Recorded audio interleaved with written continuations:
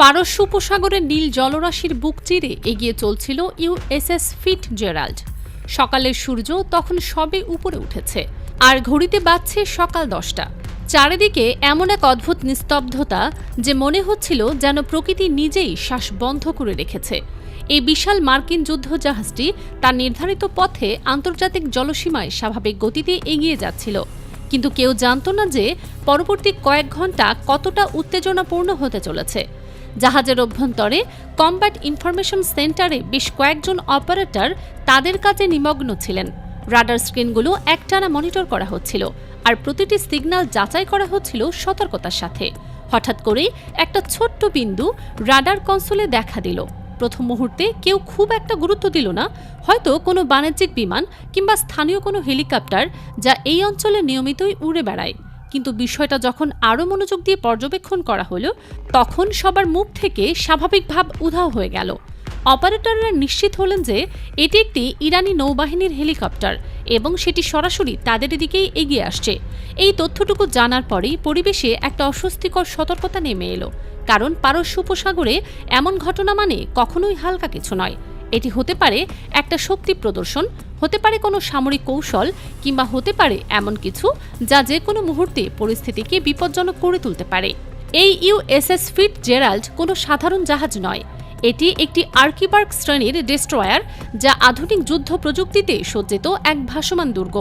প্রায় ৯,০০০ টন ওজনের এই জাহাজে রয়েছে এজিস কমব্যাট সিস্টেম, যা একই সময়ে শতাধিক লক্ষ্যবস্তু ট্র্যাক করতে সক্ষম এবং প্রয়োজন হলে একাধিক ক্ষেপণাস্ত্র নিয়ন্ত্রণ করতে পারে।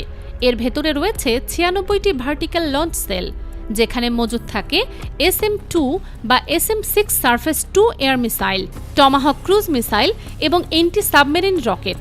4টি টারবাইন ইঞ্জিন মিলে ১ লক্ষাধিক শাফট হর্স পাওয়ার তৈরি করে এই দানবটি, যা একে ৩০ নট গতিতে চলতে সাহায্য করে। প্রযুক্তির দিক থেকে এটি একটি চলমান দুর্গের চেয়ে কম কিছু নয়। অন্যদিকে যে হেলিকপ্টারটি তাদের দিকে আসছিল তার গল্প একদম ভিন্ন। এটি একটি H-3 সি কিং হেলিকপ্টার, যার নকশা তৈরি হয়েছে ৬০-এর দশকে। শাহ আমলে আমেরিকা থেকে কেনা এই হেলিকপ্টারগুলো এখন অনেক পুরনো। ৭৯ সালের বিপ্লবের পর যখন ইরান আর পশ্চিমা দেশগুলোর সম্পর্ক খারাপ হয়ে যায়, তখন নিষেধাজ্ঞার কারণে যন্ত্রাংশ সরবরাহ বন্ধ হয়ে যায়।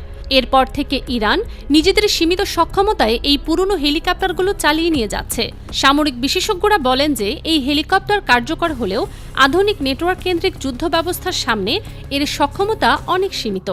এখন প্রশ্ন ওঠে, ইরান কেন এমন একটি পুরনো আর কম ক্ষমতাসম্পন্ন হেলিকপ্টার পাঠাবে যখন তারা জানে যে সরাসরি সংঘর্ষে এটি টিকবে না? এই প্রশ্নের উত্তর পেতে হলে আরও বড় একটি ছবি দেখতে হবে। সাম্প্রতিক সময়ে ইরানের পারমাণবিক স্থাপনাগুলোতে বেশ কিছু রহস্যজনক বিস্ফোরণ ঘটেছে এবং সাইবার হামলার অভিযোগ উঠেছে। এতে তেহরান কৌশলগত চাপের মধ্যে রয়েছে। এমন পরিস্থিতিতে সামরিক শক্তির সরাসরি ব্যবহার না করে প্রতীকী শক্তি প্রদর্শনটা একটা কার্যকর পদক্ষেপ হয়ে ওঠে। পারস্য উপসাগরে মার্কিন যুদ্ধজাহাজের সামনে উপস্থিত হওয়া ছিল এই প্রতীকী বার্তারই অংশ। ইরান জানাতে চেয়েছিল যে তারা ভয় পায় না এবং নিজেদের অঞ্চলে তাদের উপস্থিতি শক্তিশালী। ডেস্ট্রয়ার কমব্যাট ইনফরমেশন সেন্টারে যখন চলছিল তীব্র কার্যক্রম, রাডার অপারেটররা লক্ষ্যবস্তুকে শনাক্ত করে হুমকি লাইব্রেরির সাথে মিলিয়ে দেখছিলেন। সিস্টেম স্বয়ংক্রিয়ভাবে সম্ভাব্য প্রতিরোধের বিভিন্ন বিকল্প তৈরি করে দিচ্ছিল। যদি এটি সত্যিকারের যুদ্ধ হতো, তাহলে দূরপাল্লার SM-2 মিসাইল কয়েক সেকেন্ডের মধ্যেই ছুঁড়ে ফেলা হতো। আরও কাছে এলে মাঝারি পাল্লার প্রতিরক্ষা সক্রিয় হতো, আর একেবারেই কাছে এলে সিইউজ নামক ২০ মিলিমিটার গ্যাটলিং গান প্রতি মিনিটে হাজার হাজার রাউন্ড ছুড়ে আকাশে ট্র্যাঙ্কস্টেনের দেয়াল তৈরি করতে পারত। প্রযুক্তিগত হিসেবে হেলিকপ্টারটির বেঁচে থাকার সম্ভাবনা ছিল প্রায় শূন্যের কাছাকাছি। কিন্তু ফিটজেরাল্ড কোনো অস্ত্র সক্রিয় করল না, কারণ আধুনিক নৌকৌশলে শক্তি প্রদর্শন মানে সেটা ব্যবহার করা নয়। মার্কিন নৌবাহিনীর নিয়ম অনুযায়ী আন্তর্জাতিক জলসীমায় তারা স্বাধীনভাবে চলাচলের অধিকার প্রয়োগ করে, কিন্তু অপ্রয়োজনীয় উত্তেজনা এড়াতে প্রথম গুলি চালায় না। এই নীতিকে বিশেষজ্ঞরা বলেন নিয়ন্ত্রিত প্রতিশোধ, যেখানে প্রতিপক্ষকে দেখানো হয় যে আপনি সক্ষম কিন্তু পরিস্থিতি বাড়াতে চান না। হেলিকপ্টারটি ধীরে ধীরে দূরত্ব কমাতে থাকলো। যখন এটি ১০ মাইলের মধ্যে এলো, তখন ডেস্ট্রয়ারের ইলেকট্রনিক ওয়্যারফেয়ার সিস্টেম সক্রিয় বিশ্লেষণ শুরু করলো। প্রতিটি রেডিও সিগন্যাল, প্রতিটি রাডার পালস, প্রতিটি ফ্রিকোয়েন্সি রেকর্ড করা হচ্ছিল। সামরিক পরিভাষায় একে বলা হয় ইলেকট্রোম্যাগনেটিক সিগনেচার সংগ্রহ। ভবিষ্যতে কোনো সংঘর্ষে এই তথ্য শত্রুপক্ষের সেন্সর অন্ধ করতে বা যোগাযোগ ব্যাহত করতে কাজে লাগতে পারে। বিশেষজ্ঞদের মতে আধুনিক যুদ্ধে তথ্যই সবচেয়ে বড় গোলাবারুদ এবং সেই দৃষ্টিকোণ থেকে হেলিকপ্টারের প্রতিটি সম্প্রচার ছিল অমূল্য ডেটা। আরও একটি গুরুত্বপূর্ণ বিষয় ছিল লিঙ্ক 16 ডেটা লিঙ্ক। এর মাধ্যমে ফিটজেরাল্ড আশেপাশের অন্যান্য মার্কিন জাহাজ এবং আকাশে টহলরত বিমানের সাথে তাৎক্ষণিকভাবে তথ্য শেয়ার করছিল। মানে হেলিকপ্টারটি শুধু একটি জাহাজের নজরেই ছিল না, বরং পুরো একটা নেটওয়ার্কের নজরদারিতে ছিল। এই নেটওয়ার্ক কেন্দ্রিক যুদ্ধ ব্যবস্থা 91 সালের গালফ ওয়ার থেকে শুরু করে এখনও মার্কিন সামরিক কৌশলের মূল ভিত্তি। তুলনায় ইরানের প্ল্যাটফর্মগুলো এখনও অনেকটাই পৃথক ইউনিট নির্ভর। হেলিকপ্টারটি নিচু উচ্চতায় নেমে তরঙ্গের উপর দিয়ে উড়তে শুরু করলো।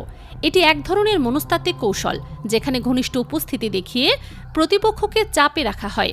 রেডিওতে ইংরেজিতে সতর্কবার্তা ভেসে এলো যে মার্কিন জাহাজ ইরানি জলসীমায় প্রবেশ করেছে এবং অবিলম্বে পথ পরিবর্তন করতে হবে। মার্কিন পক্ষ শান্তভাবে জানালো যে তারা আন্তর্জাতিক জলসীমায় রয়েছে এবং নির্ধারিত পথেই চলবে। কথোপকথন সংক্ষিপ্ত, আনুষ্ঠানিক এবং রেকর্ডকৃত ছিল। এই ধরনের ঘটনা আসলে নতুন কিছু নয়। 80 দশকের ট্যাঙ্কার যুদ্ধেও ইরান ছোট নৌযান এবং বিমান ব্যবহার করে বড় জাহাজকে হয়রানি করত। তবে আজকের পার্থক্য হল প্রযুক্তির স্তর, যা তখনকার তুলনায় অনেক বেশি উন্নত।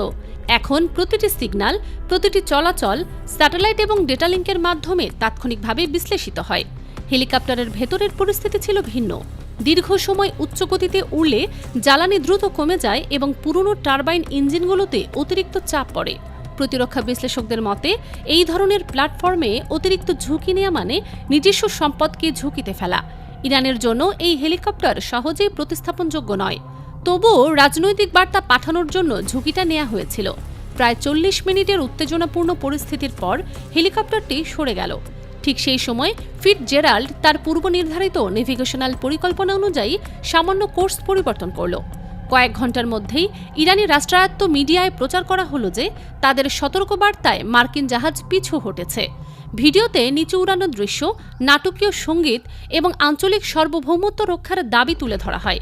স্বাধীন সামুদ্রিক ট্র্যাকিং ডেটা বিশ্লেষণ করে আন্তর্জাতিক পর্যবেক্ষকরা জানান যে মার্কিন জাহাজ আন্তর্জাতিক জলসীমা ছাড়েনি এবং কোর্স পরিবর্তন ছিল রুটিন। ইরানের অভ্যন্তরীণ দর্শকদের কাছে ঘটনাটি প্রতীকী বিজয় হিসেবে উপস্থাপিত হয়, আর মার্কিন সামরিক বিশ্লেষকদের কাছে এটি ছিল মূল্যবান গোয়েন্দা তথ্য সংগ্রহের সুযোগ। এই ঘটনার গভীর তাৎপর্য এখানেই যে আধুনিক সংঘাতে গ্রে জোন কৌশল, যেখানে যুদ্ধ ও শান্তির মাঝামাঝি অস্পষ্ট অবস্থানে প্রতিপক্ষকে চাপে রাখা হয়, যা ক্রমশ গুরুত্বপূর্ণ হয়ে উঠছে। পারস্য উপসাগর, যেখানে বিশ্বের প্রায় 1/5 জ্বালানি সরবরাহের পথ অতিক্রম করে, সেখানে এই গ্রে জোন রাজনীতির প্রধান মঞ্চ।